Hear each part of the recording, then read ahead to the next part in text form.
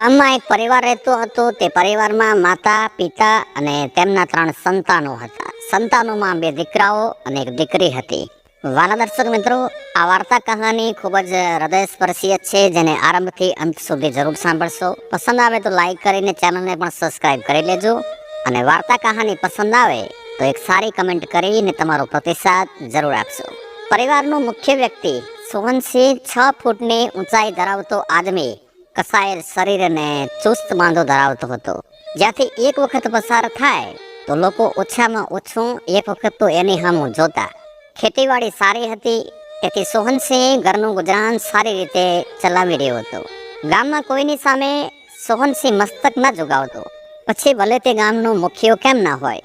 એકવાર ગામના મુખિયાએ, જે આગેવાન હતો, તેણે સોહનસિંહને બોલાવ્યો અને કહ્યું કે સોહન, જ્યારે પણ તું અહીંથી નીકળે ત્યારે મસ્તક નમાવીને ચાલ્યા કર, છાતી ઊંચી કરીને નહીં, કારણ કે અમને આ બધું પસંદ નથી. એટલે સોહનસિંહે કહ્યું કે કેમ મુખિયાજી, શું થયું? ત્યારે આગેવાન કહે છે કે તને જે કહેવામાં આવે તે કર. પરંતુ સોહનસિંહ કોઈ પણ ઉત્તર આપ્યા વિના ત્યાંથી ચાલ્યો ગયો. પણ તે મનમાં વિચારતો હતો કે હું મારા ઘરનું ખાઉં છું, મારા ઘરનું પહેરું છું, પછી આ આગેવાનને શું વાંધો છે? તેને જે કરવું હોય તે કરવા દો, હું તો આ જ રીતે મારું જીવન ચાલુ રાખીશ. સોહનસિંહ તેના અંદાજમાં તેના ઘર તરફ ચાલી નીકળ્યો. બીજા દિવસે સોહનસિંહને શહેરમાં જવાનું થાય છે, તેથી તે ફરીથી એ જ મુખિયાના ઘરની આગળથી પસાર થાય છે. બીજી તરફ મુખિયો પણ તેની ચોપાલ પર બેસી અને પાન ખાઈ રહ્યો હતો. એ આગેવાન, એ મુખિયાએ સોહનસિંહને જોયું કે તરત જ આગેવાનના આખા શરીરમાં આગ લાગી ગઈ, કારણ કે સોહનસિંહે ખાદીનો સફેદ લેગો જબ્બો, માથે પીળી પાઘડી અને કાળી કોટી પહેરી અને તે પાન ખાતા ખાતા મૂછો પર તાવ દેતો એની ધૂનમાં જ ચાલ્યો જતો હતો. પણ તે સમયે સોહનસિંહ એ આગેવાનને કંઈ પણ કહ્યું નહીં, માત્ર હસતો હસતો ચાલતો રહ્યો, કારણ કે આગેવાન ક્યારે પણ ઈચ્છતો ન હતો કે એની સામે સોહનસિંહ તેનું માથું ઊંચું રાખીને ચાલે. પછી તો આગેવાન સોહનસિંહને પોતાનો દુશ્મન માનવા લાગ્યો. પણ સોહનસિંહને આ વાતની જાણ ન હતી કે મુખિયાના મનમાં શું યોજના ચાલી રહી છે. મુખિયા આગેવાને પ્રયાસ તો ઘણા કર્યા, પણ છતાં નિષ્ફળ રહેતો. પછી એક દિવસ આગેવાનને વિચાર આવ્યો કે શા માટે એવી કોઈ યોજના ન બનાવો કે સાપ પણ મરી જાય અને લાઠી પણ ન તૂટે. એટલે સોહનસિંહને બીજા પાસે મરાવી નાખવાનો વિચાર આવ્યો. એક દિવસની વાત છે, રાતનો સમય હતો. રાત્રે બરાબર 12 વાગે બધા જ લોકો ગાઢ નિંદ્રામાં હતા. ત્યારે અચાનક 10 જેટલા લોકો મોઢું બાંધી અને સોહનસિંહના ઘરની અંદર પ્રવેશ્યા અને સોહનસિંહ પર તીક્ષ્ણ હથિયાર વડે હુમલો કર્યો. અને તે જ સમયે સોહનસિંહનું મૃત્યુ નિપજ્યું. સોહનસિંહની પત્ની અને બાળકો ડરીને બેસી રહ્યા. હુમલાવરોએ કહ્યું હતું કે કોઈએ અવાજ ઉઠાવ્યો તો તમારી સાથે પણ એવું જ થશે જેવું આ સોહનસિંહની સાથે થયું છે. આખા ગામમાં શોકનો મોજો ફરી વળ્યો. જે આવે તે પૂછતું કે હાય રામ, આ કેવી રીતે થયું? ધીમે ધીમે ગામના લોકો અને સગા સંબંધીઓ આવવા લાગ્યા. સોહનસિંહનો આખો પરિવાર દુઃખી હતો. બધાએ પૂછ્યું કે આ કેવી રીતે બન્યું, શું થયું? પરંતુ કોઈની પાસે કોઈ જવાબ ન હતો. બધાએ મળીને સોહનસિંહની અંતિમ વિધિ કરીને સૌ પોતપોતાના ઘરે ગયા. હવે સોહનસિંહ ગુજરી ગયા પછી ઘરમાં માત્ર 4 જ લોકો બચ્યા: સોહનસિંહની પત્ની લીલા અને તેના 3 સંતાનો. લીલાના 3 સંતાનોમાં સૌથી મોટી પુત્રી હતી, જેને પ્રેમથી બધા પ્રેમવતી કહીને બોલાવતા. એની ઉંમર લગભગ 17 વર્ષની હતી. 2 પુત્રોમાં મોટા પુત્રનું નામ શક્તિ હતું, એની ઉંમર 14 વર્ષની, અને સૌથી નાનો પુત્ર, જેનું નામ શંકર હતું, તેની ઉંમર 12 વર્ષની હતી. લીલા બધું જાણતી હતી. લીલાએ મુખિયાની આખી હકીકત તેના પતિ સોહનસિંહ પાસેથી સાંભળી હતી. લીલા જાણતી હતી કે આગેવાન સારો માણસ નથી, તે કંઈ પણ કરી શકે છે અને તેના માટે આ કોઈ મોટી વાત ન હતી. પરંતુ લીલાને પોતાના સંતાનોની ચિંતા હતી. લીલા વિચારતી હતી કે મારે મારા બાળકોનું પાલન પોષણ કરવું છે, તેથી મારે આ દંભી માણસથી દૂર રહેવું જોઈએ. લીલા તેના સંતાનો ઉપર એ આગેવાનનો પડછાયો પણ ના પડે તે માટે તે બીજે ક્યાંક રહેવાનું વિચારવા લાગી. બીજી તરફ સોહનસિંહના મૃત્યુથી વિસ્તારના કે જ્ઞાતિના લોકો પણ ઘણા દુઃખી હતા, કારણ કે સોહનસિંહના કારણે કોઈની હિંમત નહોતી કે વિસ્તારના લોકોને કોઈ પરેશાન કરી શકે, કોઈ હેરાન કરી શકે. સોહનસિંહ વિસ્તારના લોકોમાં દરેક પ્રકારની મદદ કરતો હતો, પછી તે આર્થિક હોય કે શારીરિક કે પછી માનસિક હોય. આ કારણે લોકો સોહનસિંહને ખૂબ જ માન આપતા હતા. હવે વિસ્તારના તમામ લોકો ભયથી જીવન જીવવા લાગ્યા. એક દિવસ વિસ્તારના કેટલાક લોકો સોહનસિંહના ઘરે આવ્યા અને કહ્યું કે લીલા, અમે તમને અમારાથી બનશે તેટલી મદદ કરીશું, તમે ચિંતા ન કરતા. કોઈ પણ કામ પડે તો અડધી રાત્રે મારા ઘરનો દરવાજો ખખડાવજો. લીલાને મળ્યા આટલું કહીને બધા પોતપોતાના ઘરે ગયા. પરંતુ લીલાને હવે આ ગામથી નફરત થઈ ગઈ હતી. હવે ગામમાં જીવવું તેના માટે દરેક પલ ખૂબ જ મુશ્કેલ બની રહી હતી. લીલા પોતાની આખી જમીન અને ઘર વેચી અને આ ગામ છોડવા માંગતી હતી. લીલાએ વિચાર્યું કે તે આ ગામમાં તો હવે રહી શકાશે નહીં, કારણ કે આજે મારો સુહાગ છીનવાઈ ગયો છે, કાલે મારા બાળકોની સાથે પણ આવું થઈ શકે છે. લીલાએ ઘણો વિચાર કરીને એક દિવસ જમીન અને મકાનની કિંમત નક્કી કરી. કિંમત ઘણી ઓછી હતી, પરંતુ લીલાનું આ ગામમાં એક ક્ષણ પણ રહેવું તેને ડંખ મારવા બરાબર લાગતું હતું. તેથી લીલાએ ઓછી કિંમતે પણ પોતાનું ખેતર અને મકાન વેચી અને દૂર જઈને જીવન જીવવાનું નક્કી કર્યું. વિસ્તારના અને ગામના બધા લોકો લીલાને ખૂબ જ ના પાડે છે, પણ લીલા કોઈનું સાંભળતી નથી. લીલાના મોઢામાંથી બસ એક જ શબ્દ બહાર આવી રહ્યો હતો કે હવે હું અહીં નહીં રહી શકું. જ્યારે લીલા કોઈનું સાંભળતી નથી ત્યારે વિસ્તારના લોકો લીલા અને તેના બાળકોને વિદાય આપવા જાય છે. લીલાએ ગામ છોડી દીધું અને તે તેના માતા પિતાના ગામમાં રહેવા જાય છે. લીલાના પાડોશના બધા લોકો નિરાશ થઈને પોતપોતાના ઘરે પાછા ફરે છે. તેના માતા પિતાના ઘરે પહોંચ્યા પછી લીલા થોડા દિવસો માટે તેના ભાઈઓને સાથે રહી. પછી રહેવા માટે એક નાનું ઘર અને એક થોડીક જમીન ખરીદી લીધી. હવે લીલા તેના બાળકો સાથે તેના નવા ઘરમાં રહેવા લાગે છે. ધીમે ધીમે 2 વર્ષનો વખત વીતી ગયો. પ્રેમવતીની ઉંમર હવે લગભગ 19 વર્ષની થઈ ગઈ હતી. લીલાને હવે દીકરીની ચિંતા થવા લાગી. હવે દીકરીના લગ્નની ચિંતા લીલાને રાત દિવસ સતાવા લાગી. દીકરી માટે વર શોધવો, પણ વર શોધે કોણ? લીલાના બંને દીકરા હજી નાના હતા. છેવટે લીલાના મનમાં વિચાર આવ્યો કે હવે પોતે જાતે જ પોતાની દીકરી માટે વર શોધવા જશે. અને એક દિવસ લીલા તેના મોટા પુત્ર શક્તિને સાથે લઈ અને એની દીકરી પ્રેમવતી માટે વર શોધવા નીકળી જાય છે. લીલા ફરતી ફરતી વિવિધ માર્ગો દ્વારા ઘણા બધા ગામડાઓમાં ફરે છે અને પોતાની જ્ઞાતિના લોકોના ઘરે પહોંચે છે. પણ તે જેના પણ દરવાજે જાય છે તેઓ અંદરો અંદર વાતો કરવા માંડે છે કે આ એક વ્યભિચારી સ્ત્રી છે અને બીજી પોતાની વ્યભિચારી પુત્રી એના માટે પતિ શોધવા નીકળી છે. લીલા પોતાની પુત્રી માટે વર શોધવા નીકળી હતી. તેનું આતિથ્ય, સેવા, સન્માન તો દૂરની વાત, પણ લીલા સાથે કોઈ બરાબર વાત પણ નહોતું કરતું. લીલા જ્યાં પણ જાતી ત્યાં દરેક ગામડામાં તેને એક વ્યભિચારી, ચારિત્ર્યહીન સ્ત્રીની દ્રષ્ટિથી જોતા હતા. ગરીબ લીલાએ દરેક ગામમાં નિરાશાનો સામનો કરવો પડ્યો અને પછી લીલા દુઃખી હૃદયે બીજા ગામમાં પહોંચી. પરંતુ અહીંનું દ્રશ્ય પણ બધા કરતા અનોખું હતું. લીલા એક ગામમાં પોતાની જ્ઞાતિના લોકોના ઘરે ગઈ તો તે ઘરના વડીલ હતા. એમને ઘરના બધા દાદા કહેતા. પછી દાદાજી લીલાને પૂછે છે કે બેટી તું ક્યાંથી આવી છે? તો લીલા કહે છે કે દાદાજી હું બાગલપુરના એક નાના ગામથી આવી છું. પછી દાદાજી પૂછે છે કે તું કામ શું કરે છે? તો લીલા કહે છે કે મને જે કામ મળે તે હું કરી લઉં છું. પછી દાદાજી પૂછ્યું કે તારા પતિ સાથે કેમ નથી આવ્યા? તો લીલા કહે છે કે થોડા મહિના પહેલા તેમનું અવસાન થઈ ગયું છે. પછી દાદાજી પૂછ્યું કે તારા ઘર પરિવારમાં કોઈ પુરુષ નથી? તો લીલા કહે છે કે છે દાદાજી, પણ મને કોઈનાથી મતલબ નથી. તો દાદા મનમાં જ બડબડાટ કરે છે કે આવી મોટી મતલબ રાખવા વાળી, તારે તો ઘણાઓથી મતલબ છે, એટલે તો આજે પતિ હયાત નથી. દાદાજી મનમાં વિચાર કરે છે કે આ સ્ત્રી સારી નથી, એટલે કહે છે કે મારો પુત્ર હજી ભણે છે, અમે હાલ લગ્ન કરવા નથી માંગતા. અહીંથી પણ લીલાને નિરાશા મળે છે. ત્યારે લીલા તેના પુત્ર શક્તિ સાથે ગામની બહાર નીકળી જાય છે. ગામની બહાર આવ્યા પછી માં અને દીકરો બંને દુઃખ અનુભવે છે. હવે લીલાને ક્યાંય જવાનું મન થતું ન હતું. પછી શક્તિ તેની માને પૂછે છે કે માં, એ બધા લોકો આપણી તરફ આમ કેમ જોઈ રહ્યા હતા? ત્યારે લીલા એના દીકરાને કહે છે કે બેટા, એ બધા લોકો વિચારે છે કે હું ચારિત્રહીન છું. તો શક્તિ કહે છે કે ચારિત્રહીનનો અર્થ શું? ત્યારે લીલા કહે છે કે બેટા, જે સાચા રસ્તે નથી ચાલતો તે ખરાબ વ્યક્તિ કહેવાય છે, તેને ચારિત્રહીન કહેવાય છે. ત્યારે શક્તિ એની માને પૂછે છે કે તું ખરાબ છે તે બધા કેવી રીતે નક્કી કરી શકે? તો લીલા કહે છે કે બેટા, છોકરી માટે છોકરાને જોવાનો રિવાજ છે, જેને ઘરના પુરુષો જ જોવા જાય છે. જો સ્ત્રી જોવા જાય તો તે સ્ત્રીને આજનો સમાજ અનૈતિક માની લે છે. ત્યારે શક્તિએ કહ્યું કે માં, આનાથી તો એ સાબિત નથી થતું કે સ્ત્રી અનૈતિક અને વ્યભિચારી છે.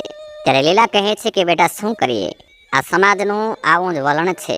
સ્ત્રીને જોવાનો સમાજનો દ્રષ્ટિકોણ જ ખરાબ છે. પછી બંને માં દીકરો વાતું કરતા કરતા ઘર તરફ ચાલવા લાગ્યા. ત્યારે થોડી વાર પછી ગામ જવાની ગાડી મળી અને તે બંને ગામ તરફ રવાના થાય છે અને ખૂબ જ ઓછા સમયમાં ઘરે પહોંચી ગયા. હવે લીલા ખૂબ જ નિરાશ થઈને દુઃખી રહેવા લાગી, કારણ કે પ્રેમવતી હવે ધીરે ધીરે મોટી થઈ રહી હતી, પણ પ્રેમવતી માટે કોઈ વર હજી નતો મળ્યો. લીલાનો પિયર પરિવાર પણ લીલાને ખરાબ માનતો હતો. સંભવત ઘણી બધી સ્ત્રીઓને તેના પતિના મૃત્યુ પછી આ વાતોનો સામનો કરવો પડતો હોય છે. હવે લીલા તેના પુત્ર શક્તિ સાથે કામ પર જાતી અને આખો દિવસ કામ કર્યા પછી તે સાંજે ઘરે પરત આવતી હતી. ઘરે આવ્યા પછી હંમેશાની જેમ લીલા વિચારમાં ડૂબી જતી કે તે તેની પુત્રી માટે વર કેવી રીતે શોધશે. બિચારી પ્રેમવતી પણ ખૂબ જ ભોળી અને સંસ્કારી દીકરી છે. તે દરેક કામ ખૂબ જ સરળતાથી કરી લેતી હતી, પણ ખબર નથી કે સમાજ તેને સ્વીકારતો કેમ નથી. દરેકના મનમાં એક જ વિચાર આવતો હતો કે પ્રેમવતી પણ એક ચારિત્રહીન સ્ત્રીની દીકરી છે. આ કારણે કોઈ પ્રેમવતી સાથે લગ્ન કરવા માંગતું ન હતું. લીલાએ પ્રેમવતીના લગ્ન કરવા માટે ખૂબ જ પ્રયત્નો કર્યા, પરંતુ હવે પ્રેમવતી લગભગ 20 વર્ષની થઈ ગઈ હતી. લીલા પણ હવે વૃદ્ધ થઈ રહી હતી. પછી ગામના લોકો લીલાને મેણાટોણા મારવા લાગ્યા કે શું બિચારી પ્રેમવતીને પરણાવીને સાસરે મૂકવી છે કે પછી ઘરમાં જ બેસાડી રાખવી છે. આ પ્રકારના લોકોના મેણાટોણા સાંભળીને લીલા ખૂબ જ દુઃખી થઈ જતી અને એક દિવસ લીલા આવા જીવનથી ભરાઈ ગઈ. એ માનસિક રીતે ખૂબ જ તંગ આવી ગઈ. લીલાએ ગળે ફાંસો ખાઈ અને આત્મહત્યા કરીને પોતાની જીવન લીલા સંકેલી લીધી અને લીલાના જીવનનો અંત આવ્યો. જ્યારે સવાર થઈ ત્યારે ત્રણેય બાળકો તેમના નિયત સમયે જાગી ગયા અને પ્રેમવતી સવારે ઉઠતાની સાથે જ હંમેશા તેની માને કામમાં મદદ કરતી. તેથી તે તેની માને બોલાવા લાગી. પ્રેમવતીએ તેની માને ઘણી વખત અવાજ કર્યો, પણ કોઈ ઉત્તર ન મળ્યો. ત્યારે પ્રેમવતીએ તેના ભાઈઓને જગાડ્યા અને પૂછ્યું કે ભાઈ શક્તિ, આજ માં જાણ કર્યા વિના ક્યાં ચાલી ગઈ? એ શક્તિએ કહ્યું કે તે કોઈ કામમાં વ્યસ્ત થઈ ગઈ હશે. પ્રેમવતી કહે છે કે માં તેને જાણ કર્યા વિના ક્યારે બહાર નથી જતી, તો પડોશમાં જઈને તપાસ કરી આવ. શક્તિ કહે છે કે ઠીક છે બહેન. શક્તિએ બહાર જઈને તેની માની શોધખોળ શરૂ કરી. મહોલ્લામાં વિસ્તારમાં બધે શોધખોળ કરી, પરંતુ ક્યાંય તેની માં નહોતી. ઘણી શોધ કરીને શક્તિ ઘરે પાછો આવ્યો ત્યારે ત્રણેય બાળકોના હૃદયના ધબકારા વધી ગયા. પછી પ્રેમવતીએ ઘરમાં શોધખોળ શરૂ કરી. પ્રેમવતીએ જોયું કે એના ઘરમાં એક રૂમ હતો જે ક્યારેક ખોલતા નહીં. એ બહારથી હંમેશા બંધ જ રહેતો. ફક્ત જરૂરી હેતુ માટે જ ક્યારેક ક્યારેક ખોલવામાં આવતો હતો, પણ એ રૂમ આજે બહારથી ખુલ્લો હતો અને અંદરથી બંધ હતો. ત્રણેય ભાઈ અને બહેન એકસાથે દરવાજો ખખડાવવા લાગ્યા. અવાજ સાંભળીને આડોશ પાડોશના કેટલાક લોકો પણ આવી ગયા અને અંદરની સાંકળ તોડવાનો પ્રયત્ન કર્યો. એ જૂનું ઘર હતું એટલે લાકડાનો દરવાજો હતો. દરવાજાને છેણીને હથોડીથી કાપીને તોડી દેવામાં આવ્યો. દરવાજો ખોલતા આખું ઘર ચીસોથી ગુંજી ઉઠ્યો. ચીસોનો અવાજ સાંભળીને આજુબાજુના લોકો પણ એકઠા થવા લાગ્યા. બધાએ ભેગા થઈને લીલાને ફંદામાંથી નીચે ઉતારી. ત્રણેય બાળકો માથું પીટતા પીટતા રડવા લાગ્યા અને ભગવાનને દોષ દેવા લાગ્યા કે ભગવાન, અમે કોઈનું શું બગાડ્યું છે? અમે મારા પિતાના નિધનથી એટલા દુઃખી ન હતા, કારણ કે અમારી માં હજી પણ જીવતી હતી. તે આશાએ કે અમે મારા પિતાના મોતને પણ ભૂલી ગયા. પણ હે ભગવાન, તમે તો મારો એક આધાર પણ અમારાથી છીનવી લીધો. આડોશ પાડોશના બધા લોકો ત્રણેય બાળકોને સમજાવવા લાગ્યા અને દિલાસો આપે છે. કેટલાક લોકો કહેતા કે લીલા કેટલી સારી અને વિચારક હતી. અમે જ્યારે પણ મળતા ત્યારે તે હંમેશા હસતી. અત્યાર સુધી મેં જોયું છે કે તે એકદમ શાંત સ્વભાવની અને ખૂબ જ પવિત્ર સ્ત્રી હતી. આ ગામમાં લીલા જેવું બીજું કોઈ નથી. આ એ જ લોકો હતા જે લીલાને હંમેશા મેણા અને ટોણા મારતા, જેના કારણે આજે લીલાએ તંગ આવીને જીવન લીલા સંકેલી લીધી. બધાએ ભેગા મળીને લીલાના અંતિમ સંસ્કાર કર્યા. એના પછી ત્રણેય બાળકોને તેમના મામાના ઘરે રહેવાનું કહ્યું. એટલે ત્રણેય બંને ભાઈ અને બહેન તેમના મામાના ઘરે રહેવા લાગ્યા. શક્તિ અને શંકર નજીકના શહેરમાં કામ કરવા જતા અને કામ કરીને તેઓ સાંજે ઘરે આવતા. પછી ત્રણેય જણ ભોજન બનાવીને સાથે જમતા. થોડા દિવસ પછી મામાના ઘરથી અલગ રહેવા લાગ્યા હતા. પ્રેમવતી પણ ખૂબ જ ગુણવાન છોકરી હતી. પ્રેમવતી થોડું સિલાઈ કામ કરીને ઘરનો ખર્ચ કાઢી લેતી. માના અવસાન બાદ 4 વર્ષની મહેનત બાદ ત્રણેય મળીને ઘણી બધી રકમ એકઠી કરી લીધી હતી. શક્તિએ પહેલાથી જ નક્કી કરી લીધું હતું કે તે તેની બહેનના એવી ધામધૂમથી લગ્ન કરશે કે આખું ગામ સ્તબ્ધ થઈ જશે. પણ હવે સૌથી પહેલા પ્રેમવતી માટે વર શોધવાનો વારો હતો. બંને ભાઈઓ પોતાની બહેન માટે વર શોધવા નીકળી ગયા. હવે બંને પોતાની બહેન માટે વર શોધવાનું નક્કી કર્યું. તેમની બહેન માટે વર શોધવામાં એમને ઘણી બધી તિરસ્કારનો સામનો કરવો પડ્યો, પણ છતાં પણ એમણે નક્કી કર્યું હતું કે આપણી બહેનના લગ્ન એવા ધામધૂમથી કરીશું કે આખા ગામને ખબર પડશે કે આ ગામમાં કોઈના લગ્ન થઈ રહ્યા છે. શક્તિ અને શંકર બંને વાતો કરતા જતા હોય છે. તેઓ કહેતા હતા કે આપણી પરી જેવી બહેનને લોકો ખરાબ માનતા હતા. માં એની સગાઈ માટે જે જગ્યાએ જાતી તો તેને અપમાનિત કરીને ભગાડી દેતા હતા. શક્તિએ કહ્યું કે કાશીપુરના બાબુજીનો પુત્ર કેવો છે?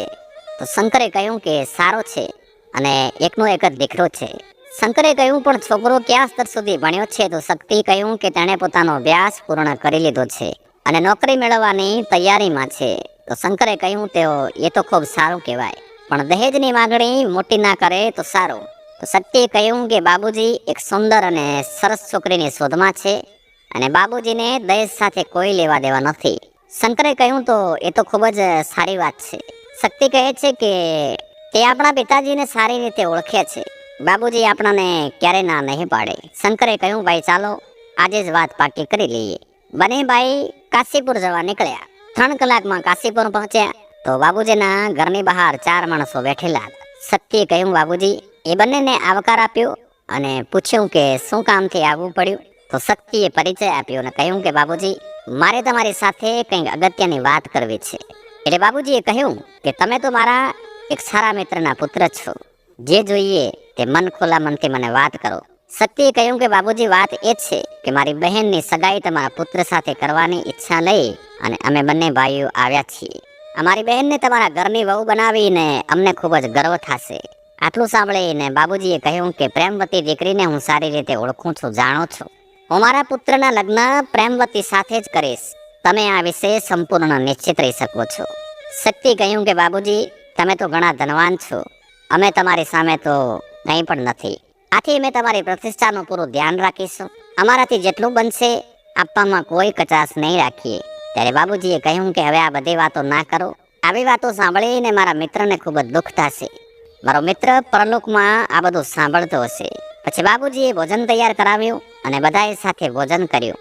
રાત્રિનું ભોજન કર્યા પછી બધા પોતપોતાની પથારીમાં સૂઈ ગયા. જ્યારે સવાર થાય છે ત્યારે શક્તિ અને શંકર બાબુજીના આશીર્વાદ લે છે અને પોતાના ઘર તરફ પ્રયાણ કરે છે. શક્તિ કહે છે કે બાબુજીનો સ્વભાવ ઘણો સારો છે. આવા લોકો ભાગ્યે જ જોવા મળતા હોય છે. આટલા ધનવાન હોવા છતાં તેઓ કેટલી ઉદારતા બતાવે છે. હું આવા લોકોને ખૂબ જ માન આપું છું. શક્તિએ કહ્યું આ બધી ભગવાનની દયા છે, નહીતર આવા મોટા ઘરમાં લગ્ન કરવાની આપણી હિંમત ક્યાં? શંકરે કહ્યું હા ભાઈ તમારી વાત સત્ય છે. વાત કરતા કરતા બંને ભાઈઓ પોતાના ગામ પાછા ફર્યા. હવે બંને ભાઈઓ ખૂબ જ ખુશ હતા. તેમને તેમની બહેન માટે એવો જ વર મળી ગયો હતો જેવી જરૂર હતી. બંને ભાઈ એકબીજાને કહે છે કે આપણે આપણી બહેનને એવું ન લાગવું જોઈએ કે મારા મા બાપ જીવિત નથી તો મારા લગ્નમાં કોઈ કચાશ રહી ગઈ. હવે લગ્નની તારીખ નક્કી થઈ ગઈ. બંને ભાઈઓએ ખૂબ જ ધામધૂમથી લગ્નની તૈયારીઓ શરૂ કરી દીધી. એક દીકરીના લગ્ન માટે જરૂરી બધું જ ભેગું કરવાનું શરૂ કર્યું અને હવે તો આસપાસના લોકો પણ સહકારની ભાવનાથી તેમની સાથે જોડાયા અને તેમની સાથે કામ કરવાનું ચાલુ કર્યું. હવે પ્રેમવતીના લગ્નની તૈયારીઓ જોરશોરથી ચાલી રહી હતી. ગામના લોકો પણ સહકાર આપી રહ્યા હતા. કેટલાક લોકોએ કહ્યું કે શક્તિ બેટા તને કંઈ પણ જરૂર હોય તો અમને જણાવજે. અને કેટલાક લોકો કહેવા લાગ્યા કે તો અમને તારા પોતાના જ ગણજે, કોઈ ચિંતા કરતો નહીં. પછી તો સગા સંબંધીઓ પણ સમાચાર મોકલાવા લાગ્યા કે જરા ચિંતા કરશો નહીં, અમે આવીએ જ છીએ. જે સગાવાલા ગઈકાલ સુધી આ પરિવારને અધમ કહીને બોલાવતા હતા તેઓ આજે સૌ સહકાર આપી રહ્યા હતા અને કામ પાર પાડવા માટે આતુર હતા. જે ગામના લોકો આ ઘરનું પાણી પણ પીતા ન હતા તેઓ આજે ગંદકી પણ ઉપાડવા લાઈનમાં ઊભા હતા. શક્તિ પોતે પણ આ બધું સમજી શકતો ન હતો કે આ બધું કેવી રીતે બદલાઈ ગયું. શક્તિ સમજી ગયો કે આ બધી ભગવાનની જ લીલા છે. ચારેકોર એક જ ચર્ચા ચાલી રહી હતી કે પ્રેમવતીના લગ્ન છે અને એ દિવસ આવ્યો જેની લોકો આતુરતાથી રાહ જોઈ રહ્યા હતા. બાબુજીને પણ એકનો એક જ પુત્ર હતો. બાબુજીએ પણ વિચાર્યું હતું કે તેઓ પોતાના પુત્રના ખૂબ જ ધામધૂમથી લગ્ન કરશે અને બાબુજીની યોજના પ્રમાણે બધું જ ચાલી રહ્યું હતું.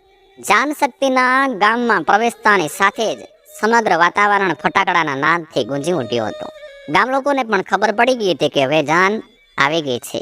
બધા લોકો વધુ ઝડપથી કામ કરવા લાગ્યા. ગામના બાળકો અને વડીલો પણ કહેતા કે આમ ઘર નસીબદારને જ મળે.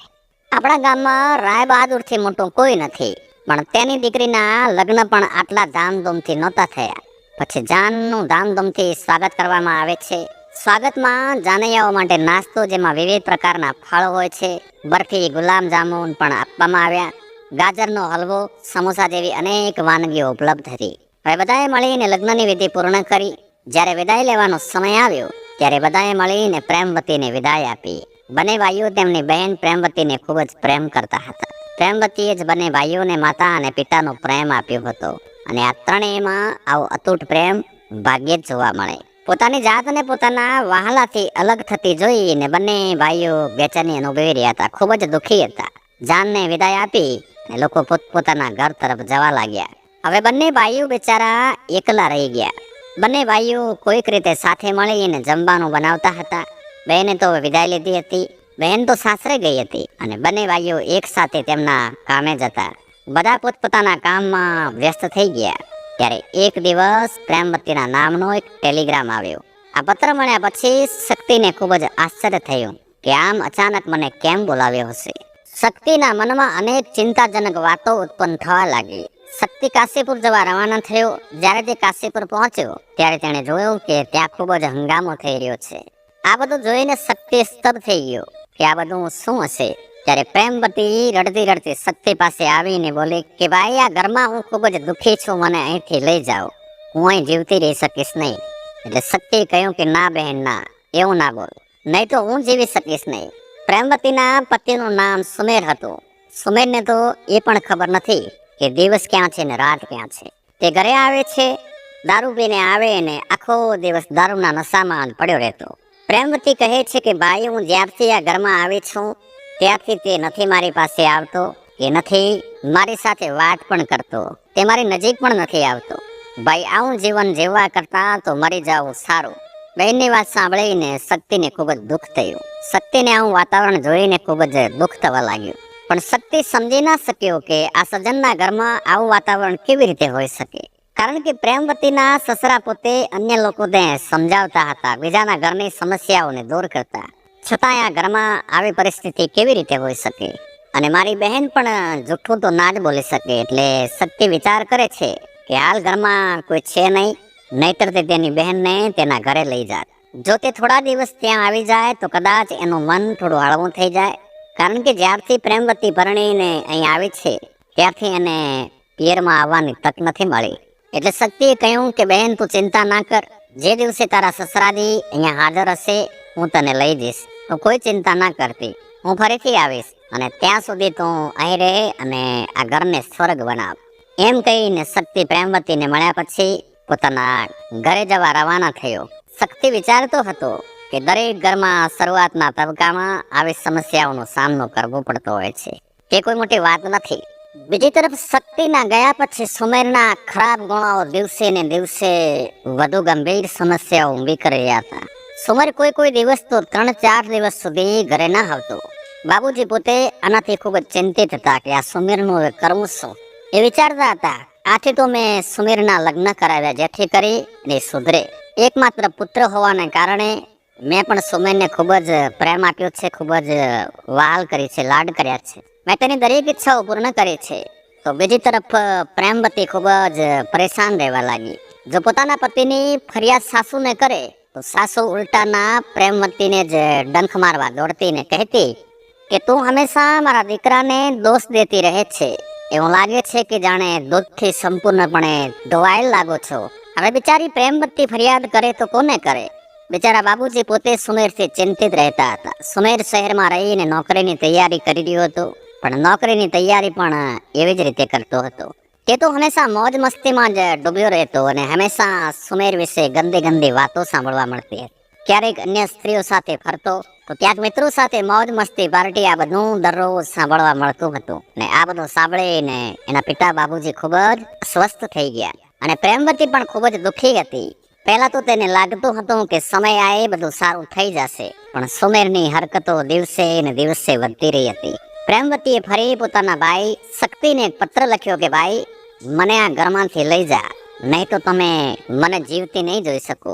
વાલા દર્શક મિત્રો, આ વાર્તા કહાનીનો શેષ ભાગ આવતીકાલના વિડીયોમાં તમને સાંભળવા મળશે. માટે જોડાઈ રહેવો અમારી ચેનલ જીવનના મૂલ્યો સાથે. ધન્યવાદ.